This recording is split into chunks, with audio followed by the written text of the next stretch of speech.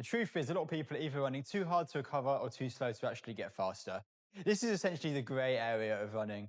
And if this sounds like you, I'm going to tell you how to avoid that in today's video and how to actually make sure you do actually get faster with each specific run that you're doing. So essentially, your slow runs are too fast and your fast runs are too slow.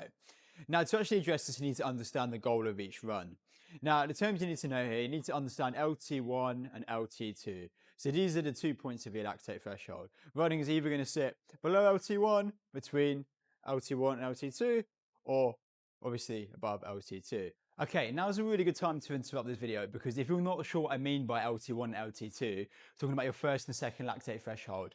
I briefly mentioned that's what they meant at the start of the video, but if you want more of a detailed description of this, I am going to link the video at the end of this going through that. I'll also put it in the description. It might be worth watching that now because if you don't understand the difference between the two, some of the principles I'm going to be saying today might be confusing and I don't really want to confuse you. So check that out if you need to. If not, you already seen it, then amazing. Now, below LT1 is going to be your easy running, your conversational pace, okay? Here, fat oxidation is going to be high. This is going to affect things like capillaries and mitochondria, and the result of this, you'll be more efficient aerobically, and this is going to build your engine.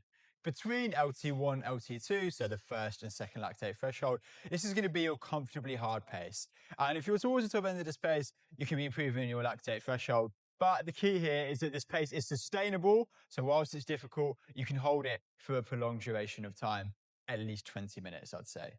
Then above LT2, so above that second lactate threshold, this is where you might see gains in your VO2 max and your higher speed ceiling. So a lot of people do intervals, but these intervals won't actually hit above LT2, so they're not actually getting that hard speed work in. Okay, so let's take it from me just explaining things to you into an actual practical example that you can use, maybe to adapt to your own training. So let's say you've got a half marathon planned. It feels like everyone's got a half marathon planned at the moment, to be fair. And you've got 3 months to train for it. So it's probably a common amount of time. We'll have, obviously, around about 12 weeks. We'll have 3 phases. So let's say each phase is 4 weeks. Those first 4 weeks, we really want to be building the engine. As I've said, with anything that comes to training, whether that be running or gym, start broad, get more specific as you go down. So you want to build a nice broad base to start with. So I genuinely say that 80 to 85% of your running should be below LT1 in this phase. Okay. So most of it should be conversational. It might even feel boring at times, but you just need to get this in to make you fitter and more efficient aerobically because a half marathon is most definitely an aerobic dominant event. Now, as for the other stuff, you're probably looking, therefore, 10 to 15% between LT1 and 2, and obviously less than 5%, if any at all, above LT2. More of that stuff will come later. We're not looking to get fast yet. We're looking to get fit and handle the volume of our marathon. Okay, so phase two, next phase, we're going to be looking to build up into some more threshold work. So you're now going to be looking at about 70 to 75% below LT1, so still the majority of it. But we're going to look to go more into 15, 20% between LT1 and LT2.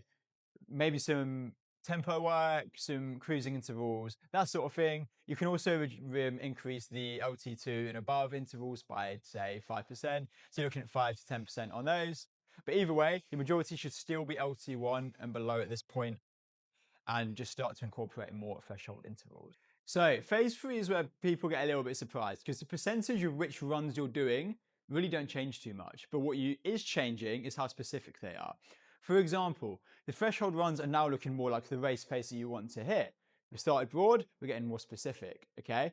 Your long runs might now have some controlled efforts in them. Nothing too crazy. But either way, it should start to look and feel a lot more like it should do on race day. So that's your 3 phases. Obviously, there's a taper in there too. So obviously, there's a couple of extra weeks there, 1 to 2 weeks for your taper. All you want to be doing here is take what you were doing before, reduce the volume by anything up to 50%, and I'd say 70 to 80% of your runs still being under LT1 and getting that necessary speed work, touching on race pace where needed, just to keep you ticking over, keep you primed. But the main goal here is to reduce the volume to give your body time to recover before your race. So bringing it back to the main point, across that whole half marathon example I just showed you, one thing stays the same, and that is that most of your running actually needs to be below LT1. And the problem here is that people will take those easy sessions from LT1 and go above that, or they'll take the harder sessions and not go into LT2 or above. meaning you're in that grey area where you're going too fast to build your engine, but too slow to actually get faster. Meaning all your running is sort of in the middle. And whilst you might get a little bit quicker and obviously more exposure to running will usually make you quicker at the start, this will then plateau the more experienced you get. So this is why it's really important to understand which runs you're doing, why you're doing it, and then looking at heart rate specifically. Okay, so that's the grey area that I find most people do most of their running in, and essentially what you need to do to change it. And obviously, I haven't gone too specific today because everyone's training will be different. But as a general rule, don't increase your volume by more than 10% each week because that's the best way to avoid getting injured. And also make sure that most of your running is below LT1. And it is, I hate to say it and be that guy, a lot of your zone 2 training or your easy training, getting good aerobically is the best way to get good at running, and there's no way around that. So as I said earlier, I will link to the video talking about lactate threshold 1 and 2 right up here and in the description. And I look to see you in the next video.